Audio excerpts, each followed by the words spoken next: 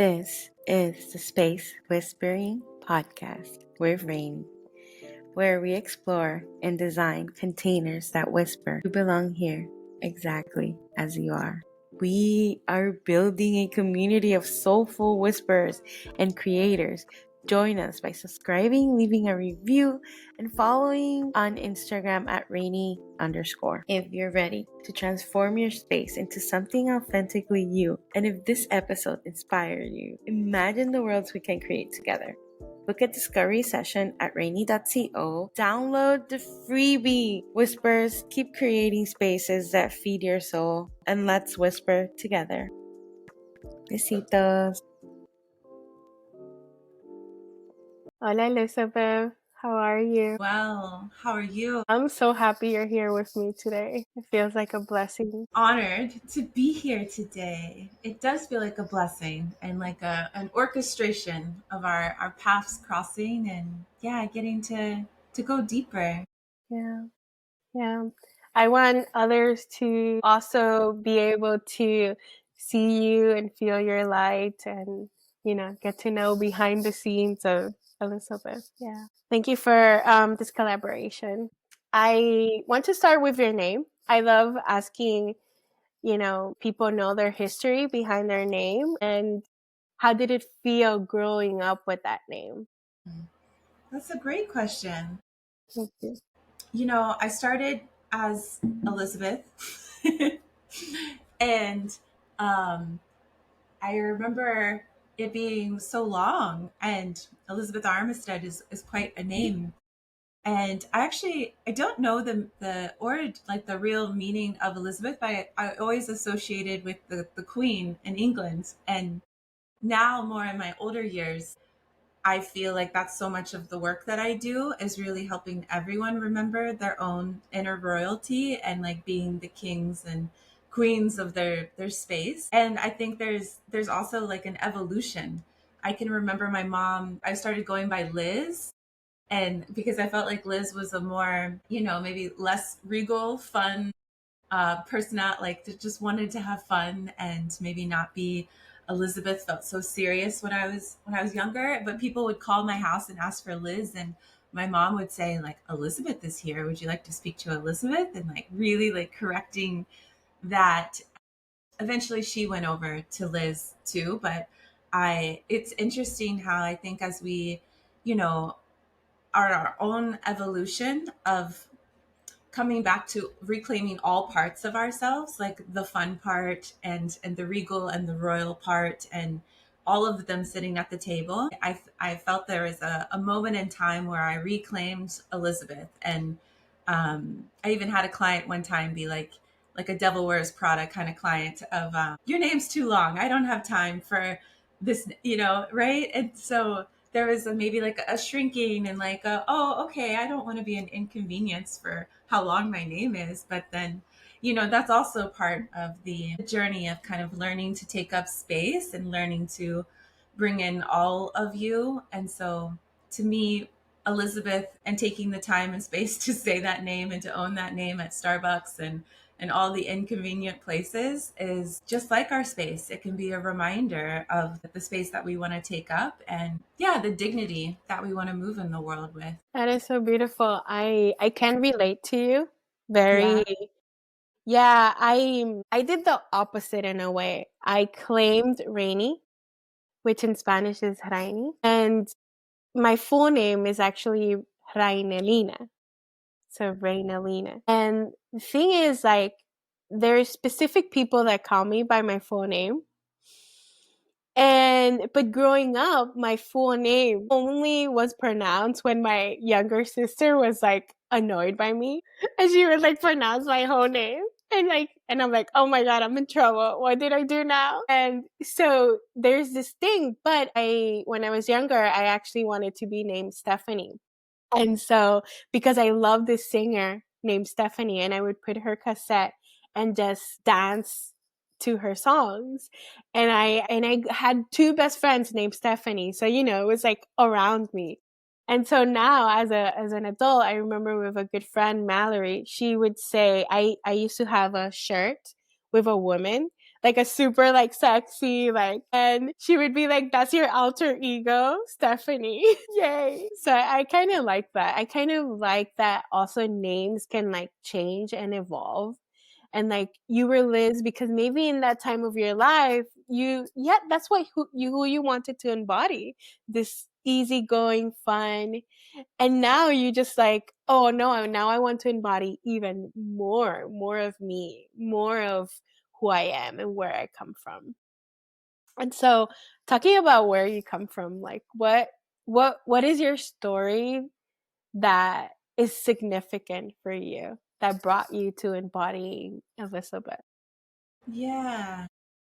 Yeah, and thank you for sharing that. Like maybe that is like the alter ego that like we really get to. That alter ego takes us into more of an expansion of ourselves. Because I think even when I got into a lift recently, they called me Liz, and I hadn't been called Liz in a really long time, and I was like, "How do you know me?" Like almost like the association from the past. But yeah, it just was such a reflection of yeah, how we start to express ourselves and even the evolution of our expression.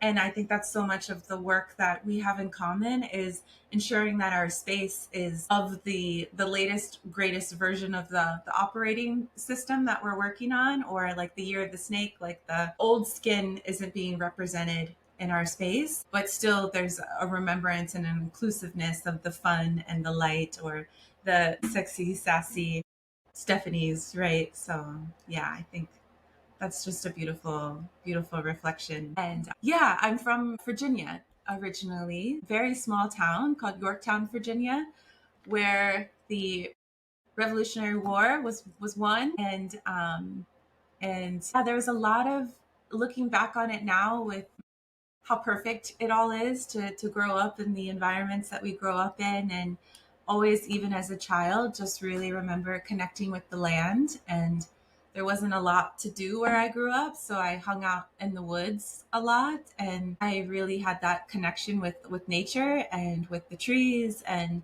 just the sounds and the wind and just how you feel when you're in the woods in the middle of Virginia, and also with the history of that land and what that land has been through and what that land holds, not only from the Revolutionary War, but like before that with early settlements and like Williamsburg, Jamestown, all that kind of area. And so I really grew up very heightened and tuned to the energies of different parts of lands, but also different environments.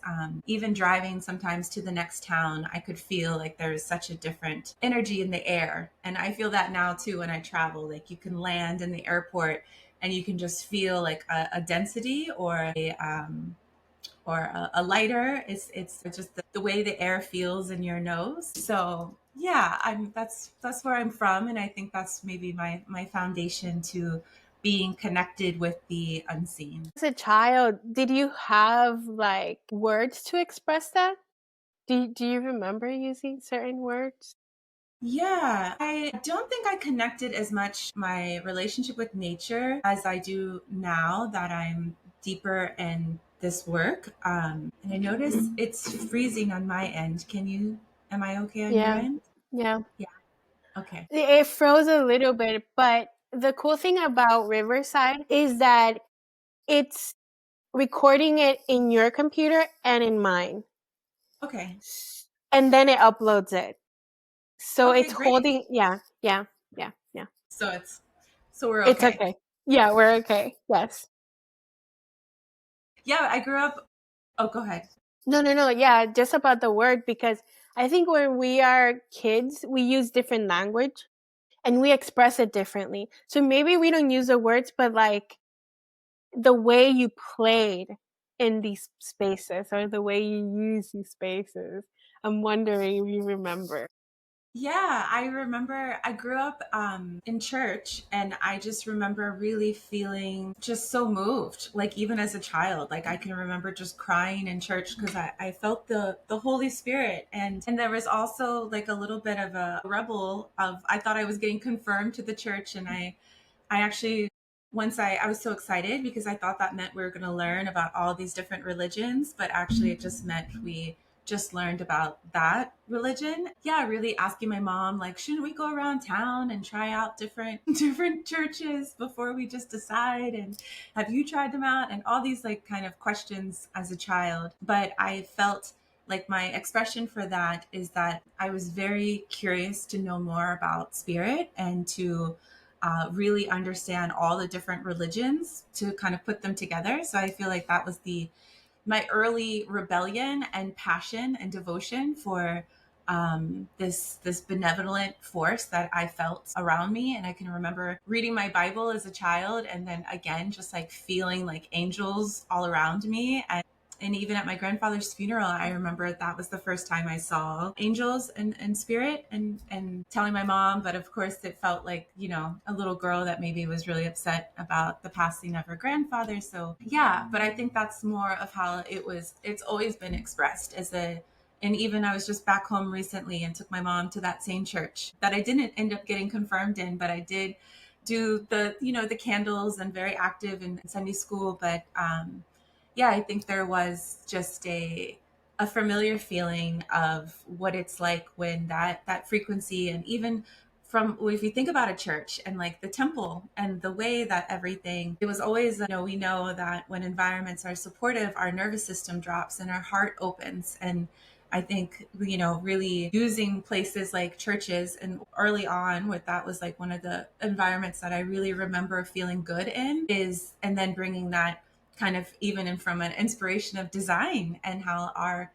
homes are our temples, our bodies are a temple. In Feng Shui, they say the home is a body that holds the body. And I think really being able to, like honor, just as we tend to our physical bodies, like being able to tend to the temple of our outer body. That is so beautiful. Yes. I remember in school, in architecture school, there's like the theories of architecture and designers, and how it evolved during time. And so like the Gothics would design the church to like create fear, right? That something was bigger than us. And so that's why they shifted and they changed and they went a little bit more darker. And then the Renaissance is all about like this bigness and openness. And so like every design revolution or era changes based on also the humanity and like what was happening in society. But there was always an intention, mainly with churches and how they designed the churches, to make us feel something. That makes so much sense. And I'm sure like even like the psychology of like the color choices, because I always like, as a, when you see everything, you can like taste colors. And just even like I was noticing at the church back home of like, you can, the tone of red of the carpet, and just taking in like the energy of red, the symbolism of red, the element of red, and Feng Shui representing fire and all the things. And so your mind really can, it really is like learning a new language. And yeah, I love you sharing that from like the history of churches. And I think that's like what brings us back to this ancient wisdom of even, the shamans were the grandmasters of Feng Shui. Like they were just shamans, like they were working off the land when we lived on the land, and being able to remember how influential our not only our elements but our space is, and how it does influence how we feel. Yeah, it's interesting because, we talk about religion, and you were talking about religion, and we have a lot of similarities. I grew up in the church as well for many reasons. And there were two churches because my mom said I would ask for it. So we would go to church because I would ask for it. And then, but that would be the Catholic. And then I was in a Catholic school as well. But then we went to a Christian school, and my mom went to a Christian church. So that changed a lot. And I was a rebel at the beginning because I realized going back, it was more about like the people. But when I was in church, I can connect to a higher self. And like before we did live in an area where we were surrounded by woods and nature, and that would be my church. And then we moved to the city, closer to the city because of school. And so we're like in buildings, right? And so I used to spend time outside, like in the roof or skating or going to the club, like it's not a club, it's like where the pool is, and like, yeah, like that. But then, with a busy life, it's kind of harder to connect to nature. So then, what was the second place to connect to something outside of you? The church, right? And the writings in the Bible. And I remember I had this old Bible that I wish I still had it. It was really small. And I got it like because the versions keep changing. So you don't know, right? The wordings change. But I remember falling in love with, in Spanish is Apocalipsis, I think in English is Revelations. And I would go to my friend's house and read that, like the end of times, but what I was concentrating is that the supernatural part of it, like all these things that we can't see with our eyes, they're spoken there, you know? And for me, it was like so exciting to see like how they describe angels, how they describe monsters, or like, which is like symbolism, and the horses and all these things. And so like I was attracted to that. And so, yeah. Yeah. And so going back to spaces, like we have these churches that become a reflection of nature, right? That become this like worship place because of how society's moving, right? Like more into cities or growing and all of that. And then it's like you have your homes now, because now people are going less to these churches, right? And going less to nature at some point. Now, I know that's changing. So then what is your temple, right? It's your home, it's your body. So, yeah, it's a hard shift. It's a hard shift, like the process of it. But it's like, I think it's taking us into that, like, yeah, keep narrowing down your vision, only or your spaces, only to be able to connect to yourself. And I'm going to add one more thing, and then we add technology now, right? And so it's like a huge revolution that's happening. So now we are like, what is spaces? What is the future of spaces with this technology, right? So I don't know if you have something to say, but I'm going to stop here. Yeah, all of it. Right. All it really it is like our own, you speak of revelations, and it's almost like the word revolution is also coming through of the times that we're in, and like the growing up in, you know, environments where I learned the serenity prayer, and yeah, just really like, what can we control? Asking a higher power to, give us that clarity of what's in my control. I think in times where many of us can feel like we're out of control of like, what can we do? Like everything's kind of, wherever you look, it can feel very much of like, what am I to do? But truthfully, I feel more than ever, it's like all of our responsibilities to tend deeply to our hearts, to our bodies, and to our space. And I find also when people aren't even ready to get into their bodies, because that's a journey in itself. I'm still very much on it, right? And when we get into the body, it's a whole new like landscape to explore, because this is normally where we get lost in the maze of the mind, which is, I do see after like 5 years of full-time leadership coaching in corporate spaces, of like, this is all I saw, and why I had to leave is because I just couldn't.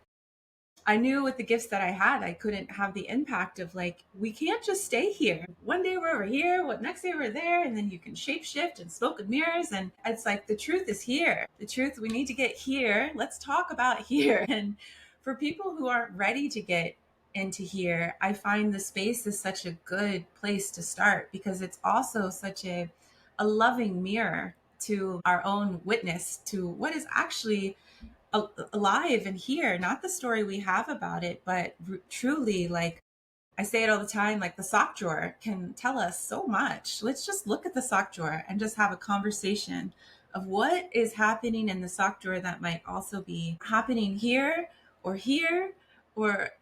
outside of the sock drawer. But I think just having more tools to come home to, like no pun intended or pun intended, of like being able to come home to yourself and to your truth, and then to have your creativity come online in that process of like, okay, once we're able to, stay with the sock drawer as an example, then we get to transcend it. And it's only in staying with the uncomfortableness of looking at the sock drawer do you actually get to transcend, as we know that it's going to be there whether we want to acknowledge it or not, and it will continue to be running in the background of our subconscious mind unless we address it. And then it's in the addressing it that we get this new identity of like, now I'm someone who addresses my sock drawer, and that person moves in the world a little bit different. That person feels like they have a little more control over their life and what they're creating, and not just having things come at us through our little devices and screens. And it's a really truly a way to, I see, like reprogram your own heaven or hell that's just right here. And using the space as a tool for that, I think is, yeah, such a powerful tool. Like they knew designing the churches, it's as old as time. I like that you say heaven or hell. So yesterday I was doing laundry and I was folding my underwear and I'm like, oh my God, I'm like tired. I don't want to do this. And then I thought, but you know the outcome of it. Like, when you open your drawer, if they're all in there, you don't feel the same that when they're folded and neatly placed, right? And so I was holding on to that future vision and that future feeling. And so that motivated me to just sit down and finish folding all my clothes. And I think about what you said about the sock drawer, and it is so true. It is true because in a way, even if your mind wakes up thinking, oh, I don't have it together, my life is a mess, you open that drawer and you see that your clothes is organized, then it's like, I can breathe. Everything's going to be okay. Everything's fine. And it's so simple, but it does take effort. It does take effort. And then that creates a new habit, like you were saying, and you create new neurons. And so now it's like when you do want to be lazy or you do want to throw everything on the drawer, you're like, oh no, that's not me, because I know the future version of me, what it wants. Yeah. And like, I think there's also just so much compassion for, by no means am I perfect with my putting my laundry away either, but that's the practice. Like, and I spent a lot of time during my suffering, which my Zen teacher put, may your suffering be the catalyst for your awakening. And I'll never forget when she just told me that with the most like wise presence I've ever felt of like, that is the truth. And yeah, just really being like so kind. And I think our spaces can feel overwhelming if they haven't been tended to, and like turning it into a daily practice, just like we brush our teeth and just like we meditate or journal or read or whatever it is that we tend to our outer worlds and our inner worlds. Like starting to see putting your laundry away as a moving meditation, like you would working in a Zen monastery, right? If we want to get away from it all, like try washing the dishes like you would a monk, or folding your underwear, and with such curiosity of like, and then that's what's so beautiful is as I find that opens up this like deeper awareness, which raises our consciousness, because when we're more aware, we're more conscious, and then our circumstances naturally improve. I know there's been many times I've been folding my underwear and I'm like, what is this actually made out of? And like, I've never looked. And, just then having like better choices and decisions. And then again, I think they just start to stack on top of each other. And so I think just there's no perfect feng shui, and there's no perfect anyway. There's only like a compassion and a practice. Committing to our practices, I think, is the most important thing. Like nothing is actually more important than your practices, because it not only impacts you, it's the ripple of how we're going to change the world to bring heaven on earth. Wow, that's so beautiful. And so, talking about heaven on earth, I want to go a little bit back because you live in Virginia, but now you don't live in Virginia. So, and then you mentioned corporate world, but you're not in that anymore. So, what happened in those two circumstances? Yeah, that took you. It's happened.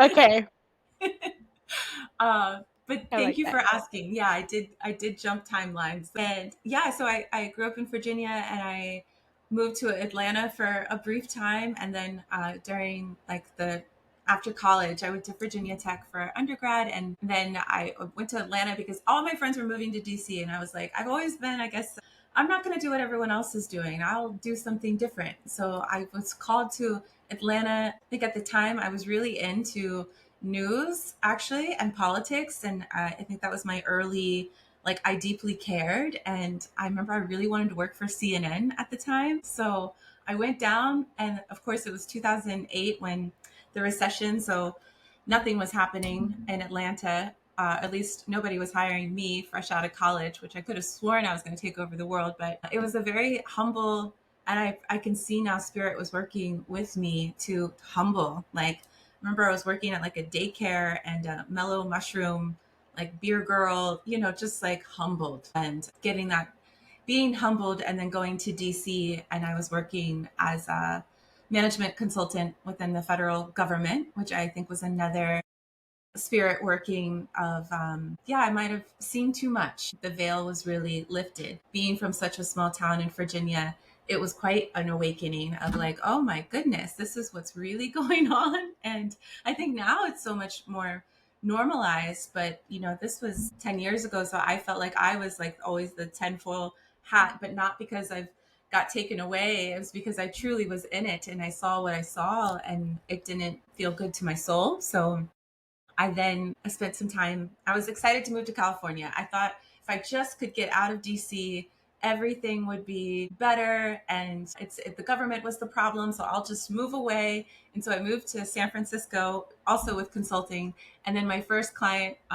was a big utility company that also had just as many problems as the government. And so that was it's all just a cosmic joke. It's like hilarious, really, of like, daggone, this is even worse. But I think California, living in San Francisco, really supported my spirituality and also my deep suffering at work. I was so out of alignment, and I didn't know how to change, that I turned to many forms of spirituality, like Zen meditation was one of my first ones. But I think just really opening up myself to the vast um, availability to all different modalities of getting in the body, getting in the spirit, and deepening our connection through our practices, through yoga, through meditation, and getting to truly do what I wanted to do as a child, which was taste all the varieties and all the flavors. There's so many doorways to God. And I love, like, a palette of colors as a designer. It's like, oh my gosh, there's this color and then there's this color. And yeah, I think just having a rainbow of spirit. So, and then I moved to LA. I'm in LA now. And I moved to LA actually on a whim in 2020. The time was up for me, and San Francisco went through a whole, I think, like many cities during 2020. And I was also on the 25th floor with the elevator broken, and I had just rescued this new street dog from Oakland who had a lot of trauma in their body, and we were basically like stuck. So I literally packed up my car and just started driving. I thought I was going to San Diego, and I actually got tired of driving and stopped here in Venice and had a Venice experience, which could be a whole nother podcast. But yeah, I've been here ever since. And it's really also supported me in just like getting more in the body, and also redesigning my space was such a way of like reclaiming who I really am, and I believed truly supported me in my professional pivot, which was a huge U-turn, going from management consulting and leadership coaching to, maybe it's not actually a huge U-turn because it's still the same thing. It's supporting people with more holistic tools that really heal. Well, some of the things I saw in consulting was like a patient healed is a patient lost. And that also was really on my heart. I feel like every agency I went into, I just kind of saw the realities. And that was part of my rebellion to leave and to really stand in my truth for advocating for modalities that really heal. I think I need a moment of that because it's like a patient lost, is a patient healed. Yeah, I was in pharmaceuticals was another dark place, that spirit. And I just didn't know, didn't know until I knew. Pharmaceuticals was another space that I spent some time in. Um, I think that really got me clear. I remember one time I had a partner at the time, you know, tell me like, what God do you work for? And like, do you work for the God of money or do you work for like an all powerful God? And I feel like that really was part of my shift of like, you can't unhear that and you can't unsee that. But then your life gets to be a life of faith, and it's fearlessness is a muscle. And I think faith is one of my favorite workouts, and it makes life a little more worth living. Okay, so you gave us your history. So now we're here in Venice, right? Okay, we're here in Venice. And then you see how the world operate, how it works, and these different like societal like boxes that we think are different, but in a way work very similar, right? And so if we talk about spaces and how it influences us, like traveling to a different country or a different city has its own energy. So we think that all these places have a different energy, but they're actually run the same. And then so that means that all of our systems created by us, by society, have a very similar energy that keep us like kind of in the same like circle. So you see how the world operates as a society today. So then what takes you to, obviously you said almost like you just like you basically just show up in Venice and you're like, oh, I'm staying here. And then actually all these systems are like not my thing. So then how does that shift and you like, you know, come to today? Yeah, to today. Yeah. And am I hearing more from like a system perspective or? I think because you mentioned all these systems that are very similar, uh, and then you're like being the rebel, where it's like everyone was going to DC, right? And you went to Atlanta. Kind of like what motivates you to come to today and what you do today. So what shifts, within you, and then what is it that you do today? Kind of like, Yeah. yeah, Okay. yeah. Yeah. I think that it really became, I think also getting to a point of our own mortality. Like, I think sometimes remembering we're all just going to die. And it's something I think like to sit with regularly of like, what is it that I want to do with this one wild and precious life? And do I want to stay safe or do what I'm told I'm supposed to do, which is work to make money, or do I want to know that my soul is here to help people and to really like help them holistically? Because I saw also in the wellness space, I see a lot of facades of healing and healers, and it made me really double down on like anything that's taking you away from you and your connection to you and you as the God within. And I can't stand behind it. And so I think it really got to a point of, and there was also like some orchestration too. Some things happened that were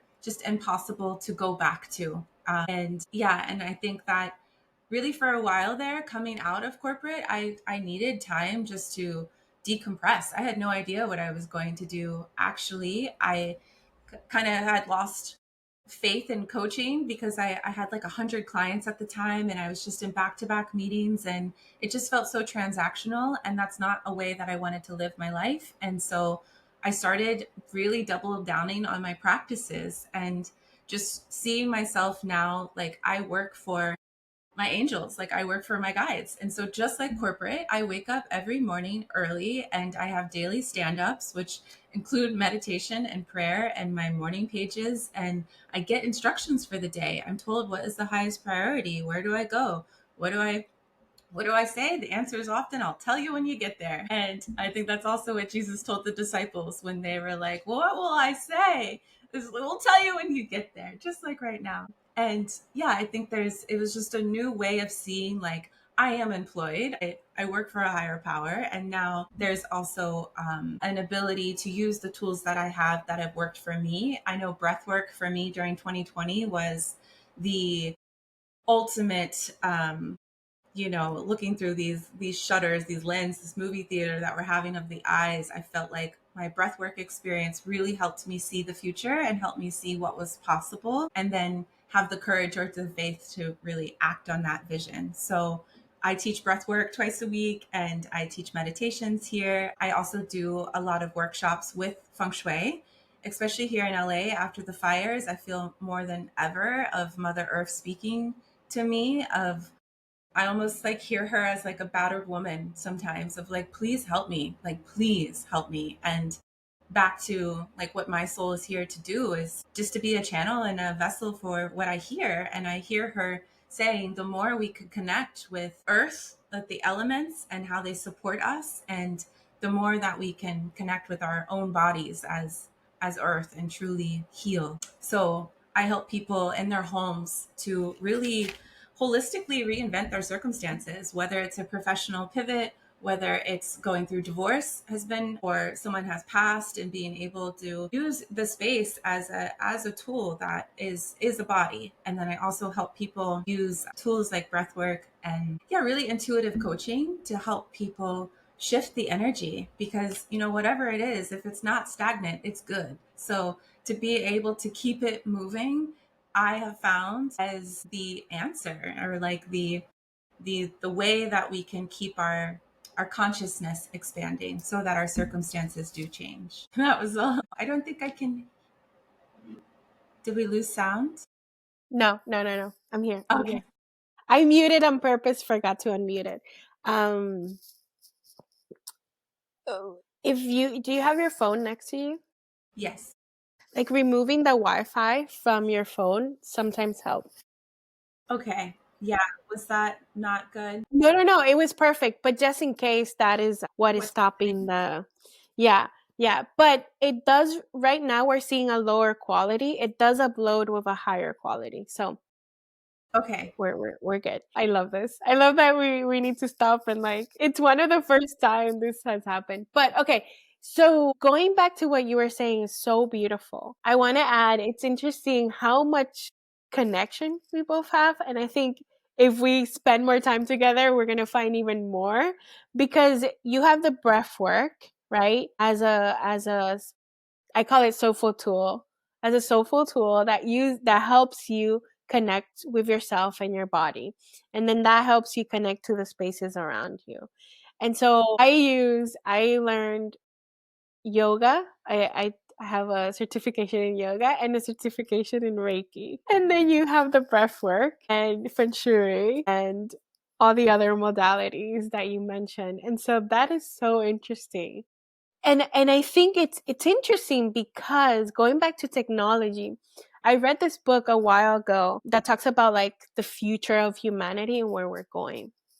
One of the things they mentioned was that technology is going to help us have more time. And it is, right? Like, before, our grandparents used to spend hours in the kitchen, right? Now we have, accessibility to way more tools in the kitchen, and way more, pre-made foods that help us, right? Like, be more efficient at home. Which then, in a way, we're going back to cooking at home. For example, when the world shut down, people were baking at home, right? So going to the ancient, like, sourdough was the most famous, right, type of bread. But it's a whole process, and it takes time, and you're creating. So you're going back to using your hands, using your body, and using your time. So in a way, it gave us time because we were resting. So I kind of lost my thought, but like you were talking, about the modalities and like how these things, like, yes, we're shifting in a way that feels more oppressive in a way, like that shutdown felt oppressive because people had to be in their homes. But then it changes us. It forced us to change the way we view our lives and how we were functioning. For example, a lot of people left their cities and they went closer to nature, right? A lot of people now don't work in an office because they realize how much time they were commuting and they were spending a lot of time in cars, trains, whatever mode of transportation. That maybe you don't have to take a flight to go meet someone. We can do this through technology.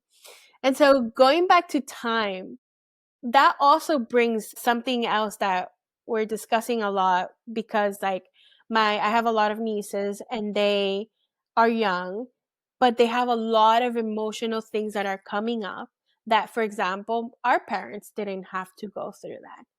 But it's because of that room we're allowing as humans to feel all these things. So then, persons like you, humans like you, show up where you are very in tune with what's happening. You're very connected to what's around you and to a higher, self. And I love how you called it earlier the nameless, the one that has a lot of names, but, is nameless. And you can say back more better than I did. Like, you know, you have these spaces so you can support people in activities or things that doesn't feel normal now, right?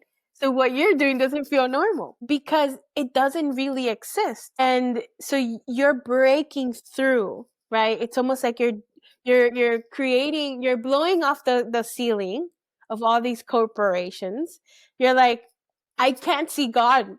So I'm going to blow this up and go back to the churches, but in a spiritual way, It's like, I want to see the light. I want to see the sun. In this room, I can't see. So let's blow it up. Yeah.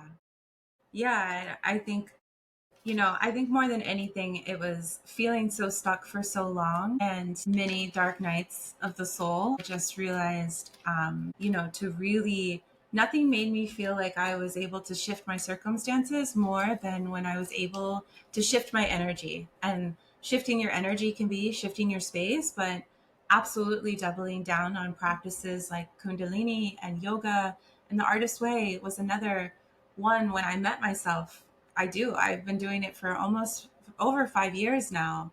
And I remember I worked with a coach at the time.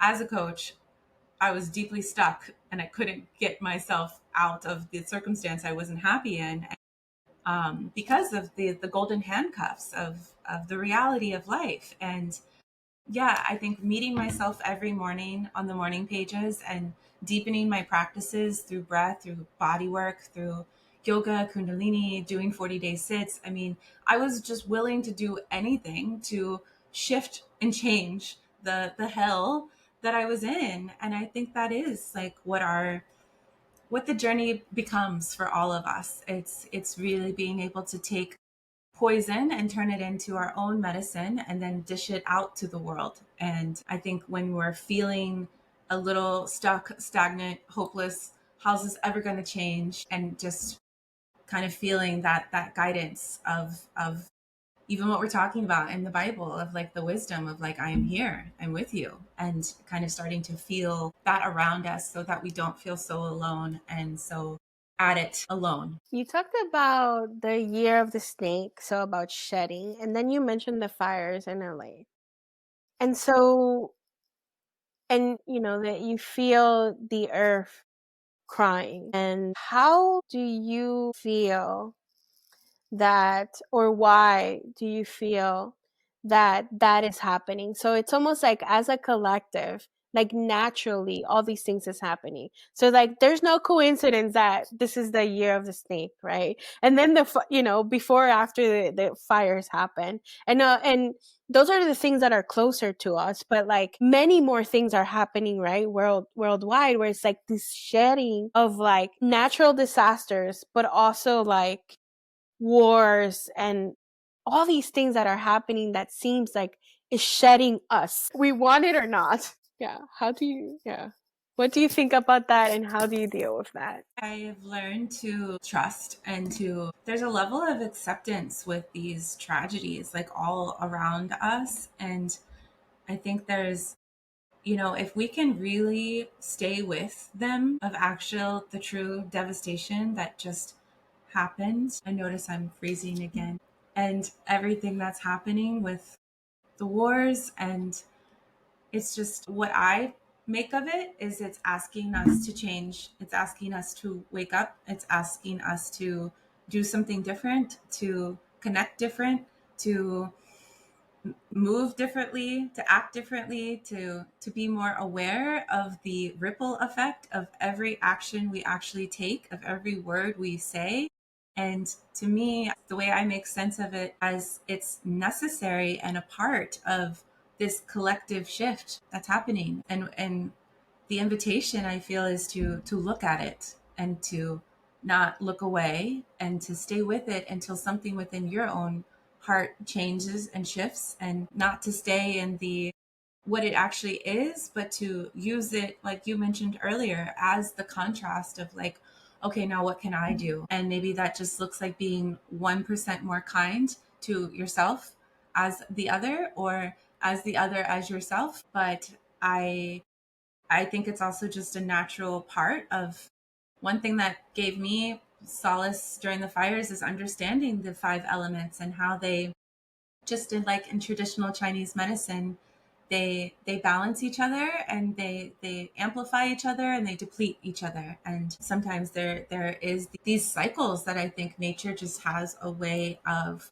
being a harsh teacher, and also like the shedding of the skin. There's nothing that made, I think, remembering when those fires were happening and seeing them, and like that was such a awful experience, just knowing what everyone was going through in their own way. And like, what could we control? It felt like the only thing to do was to get on your knees and pray, and to yeah, like connect with something bigger than you, because something bigger than you was coming right at you.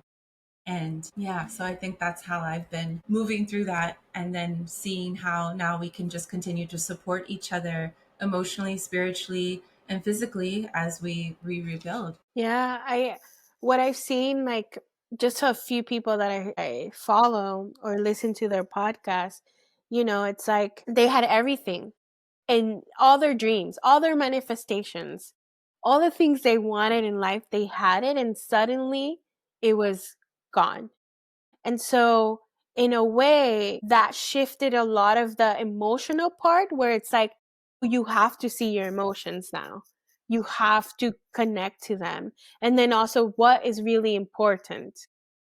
And then it's like also this, like, I'm going to say weird, but like weird abundance. It's like other humans connect. It's like, hey, I have a home here. You can use this home. Hey, I have extra food. Let's share the food that we have. And so like all these, like, it's almost like, everyone was connected in a way, right? But they all were individuals. And suddenly it's like, no, we are actually a community. It's like, oh my God, and all these stories of people that live near each other that they didn't even know. And it's like, people are learning about the history of that community. It's like opening up so much. And like, I saw a podcast of like the Emmys and like the behind the scenes of like people wanted to cancel it. And like, it's like, oh, but a lot of the people that work here actually make money through this, and like seeing all the behind the scenes of like how it works.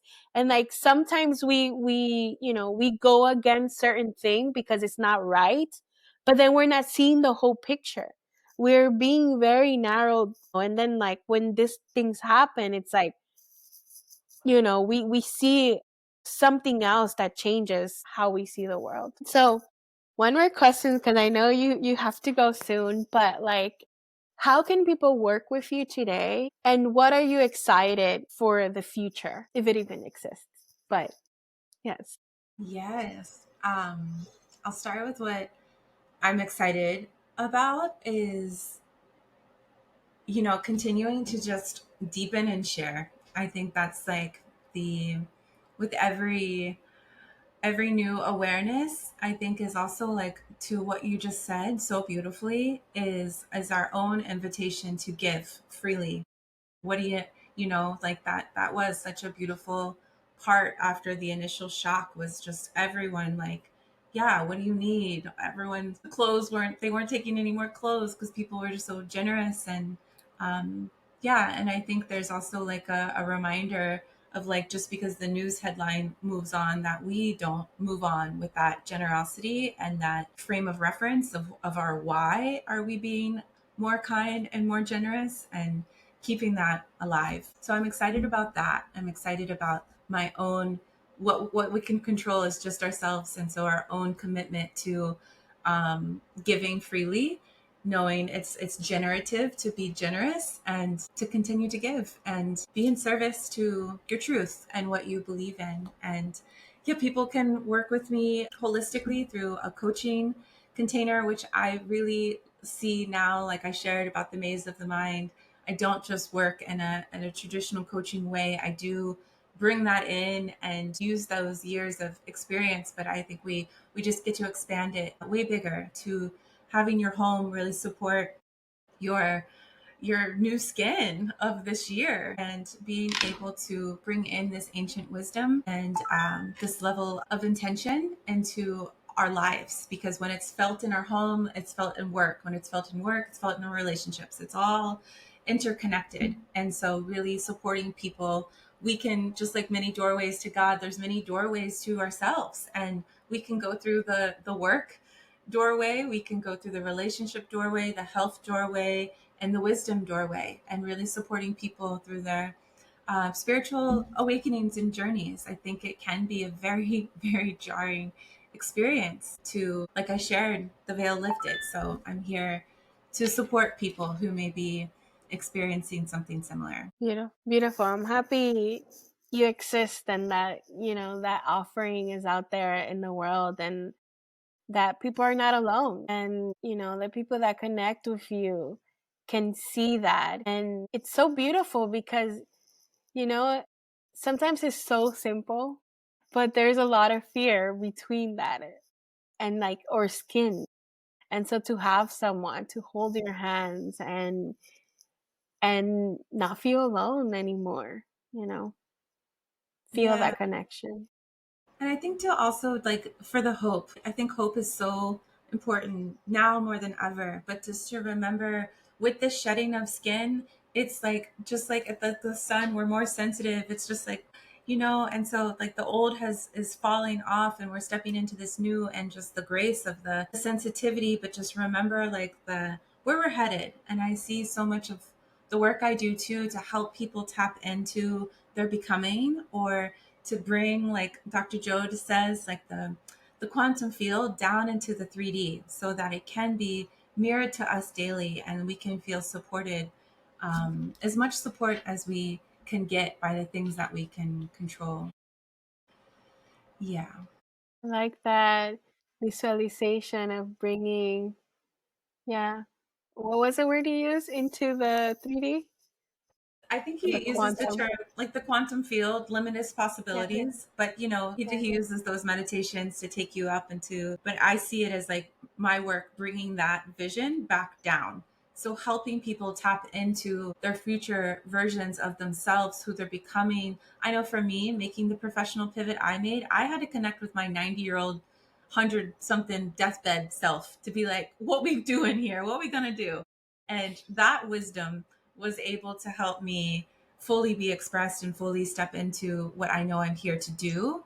And sometimes it's not just as easy as I would like to do this. I'm going to do this. There has to be a true breaking down and shedding skin for us to step into what we're here to do in this lifetime. Thank you. Thank you for your time. Thank you for this space. Thank you for your offering into the world. I'll have all the contact information on the show notes, and I am just so grateful for you. So, so grateful. Thank you. Thank you. Thank you. Thank you.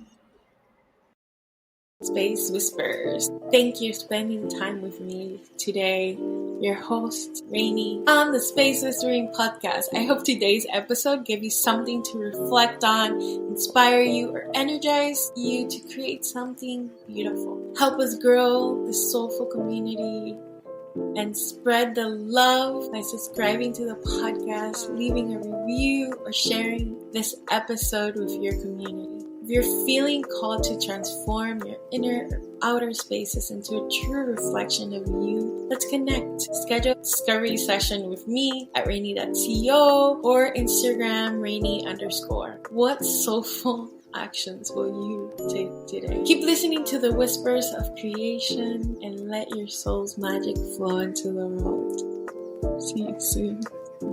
Besitos.